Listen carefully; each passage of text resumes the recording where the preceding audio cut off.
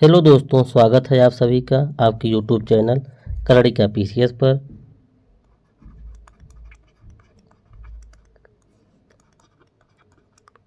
आज हम लोग क्रॉनिकल मैगजीन के फरवरी 2025 के कुछ महत्वपूर्ण करंट अफेयर को देखते हैं।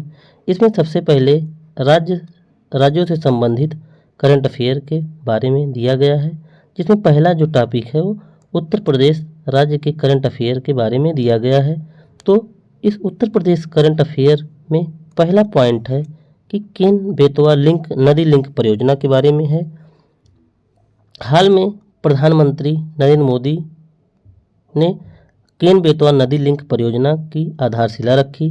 अब सबसे पहले हम लोग जान लेते हैं केन बेतवा नदी जो है वो कहाँ पे है, इसकी अवस्थिति है, किन किन राज्यों से होकर बहती है। तो केन और बेतवा जो नदी है वो यमुना की सहायक नदियाँ हैं। ये दोनों नदियाँ केन और बेतवा, इनका उद्गम जो है वो मध्य प्रदेश से होता है और मध्य प्रदेश से उत्तर प्रदेश में प्रवेश करती हैं, जहाँ ये दोनों नदियाँ यमुना नदी से मिल जाती हैं। अर्थात केन और बेतवा जो है कैसे बेतवा ये जो है वो ये दोनों यमुना की सहायक नदियाँ हैं। इसके अलावा यमुना की अन्य सहायक नदियों के बारे में जान लेते हैं जो मध्य प्रदेश से उत्तर प्रदेश में प्रवेश करती हैं। तो है चंबल है, सिंध है, यहाँ पे ध्यान दीजिए सिंध है, बेतवा है और केन है। ये चार नदियाँ जो हैं, प्रमुख नदियाँ जो हैं वो मध्य प्रदेश से होते हुए उत्तर प्रदेश में प्रवेश करती हैं और यमुना से मिल जाती हैं। एक अन्य नदी है वो है सोन नदी, जो कि गंगा की सहायक नदी है। सोन नदी जो है वो इसका भी उद्गम अमरकंटक पहाड़ी से होता है और यह जो है बिहार में गंगा से मिलती है। अब हम जान लेते हैं कि जो हमारा प्रमुख पॉइंट है केन बेतवा नदी लिंक परियोजना के बारे में, तो इसके जो लाभ हैं इसको हम जान लेते हैं। तो इसका सबसे बड़ा लाभ ये है कि इस परियोजना से जो बुंदेलखंड क्षेत्र है, जहाँ पे वर्षा कम होती है, जहाँ की मिट्टियाँ उपजाऊ कम है, जहाँ पे उत्पादन मतलब फसल उत्पादन में कमी है या उस हिसाब से नहीं होता है जैसे अन्य क्षेत्रों उत्तर प्रदेश के अन्य क्षेत्रों में है, तो इस परियोजना से लगभग 2.51 लाख हेक्टेयर जो है कृषि भूमि वो सिंचित होंगी, जिससे वहाँ के स्थानीय किसानों को लाभ मिलेगा।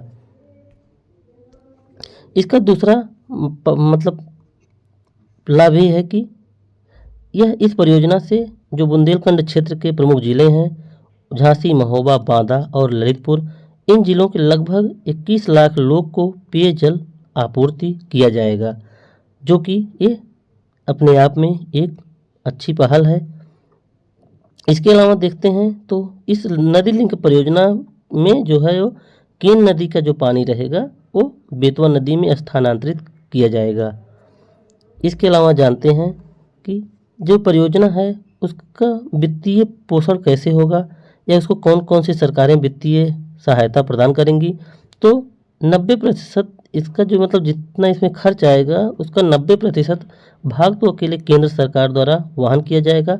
बाकी के जो 10% हैं वो उत्तर प्रदेश और मध्य प्रदेश सरकार द्वारा किया जाएगा।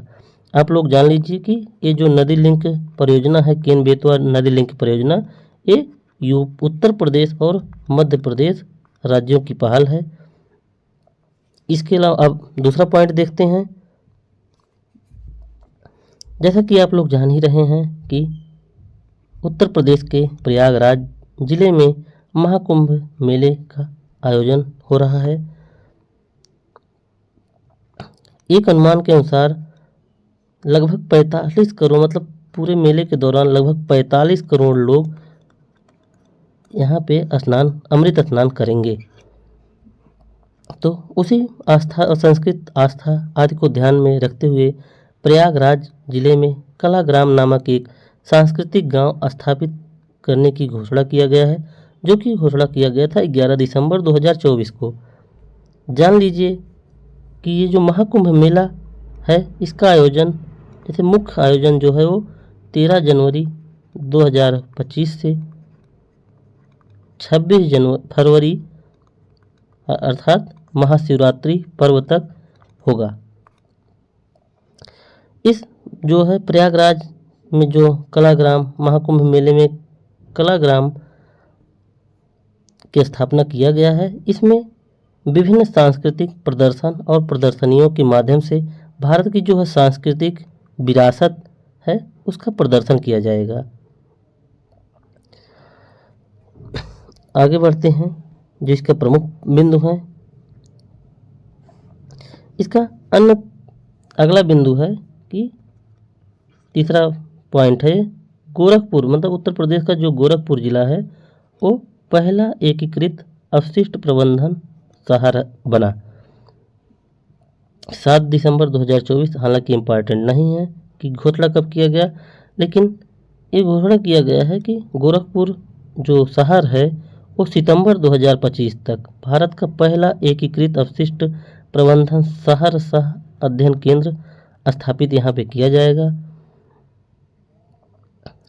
इसमें इसके तहत जो है 40 एकड़ की सुविधा प्रतिदिन 700 टन कचरे, जिसमें सूखा कचरा, गीला कचरा और खतरनाक कचरा शामिल है, का प्रसंस्करण किया जाएगा और जिसमें चारकोल उत्पादन और जैव सीएनजी उत्पादन जैसी तकनीकों का उपयोग किया जाएगा। अब इसका जो भागीदारी की बात करेंगे इसके, तो ये जो किया जा रहा है ये यहाँ पे स्पष्ट लिखा गया है कि इसे सार्वजनिक निजी भागीदारी के तहत यह किया जाएगा। आगे बढ़ते हैं, तो इसका अगला पॉइंट है कि महाकुंभ मेला क्षेत्र को एक अलग जिला घोषित किया गया है।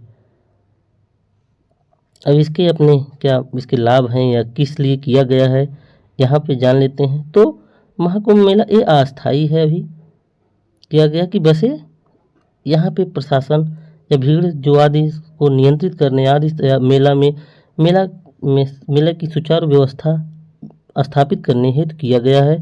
अब इससे ये होगा कि इसमें जिला मजिस्ट्रेट को अतिरिक्त जिला मजिस्ट्रेट नियुक्त करने और नए जिले के भीतर सभी प्रशासनिक मामलों को संभालने का अधिकार दिया गया है। यहाँ पे देखिए लिखा गया है कि इस कदम का उद्देश्य जो है ये 45 दिवसीय जो अभी ऊपर है कि 13 जनवरी 2025 से 26 फरवरी 2025 तक ये महाकुंभ मेले का आयोजन है। इसको इसलिए घोषित किया गया है एक नया जिला कि इस महाकुंभ मेले की तैयारी को सुव्यवस्थित रखना है, जिससे कि आने वाले स्नान मतलब जो हैं श्रद्धालु हैं उनको कोई दिक्कत ना हो।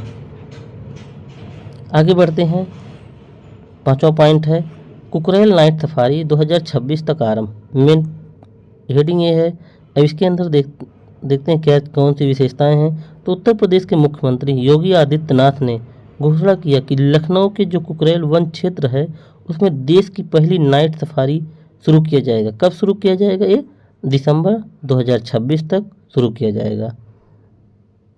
अब आज के लिए इतना ही। हम आपको हमारा ये वीडियो कैसा लगा इसे ज़रूर बताएं। यदि वीडियो अच्छा लगा हो तो इसे लाइक, सब्सक्राइब और शेयर ज़रूर करें। धन्यवाद।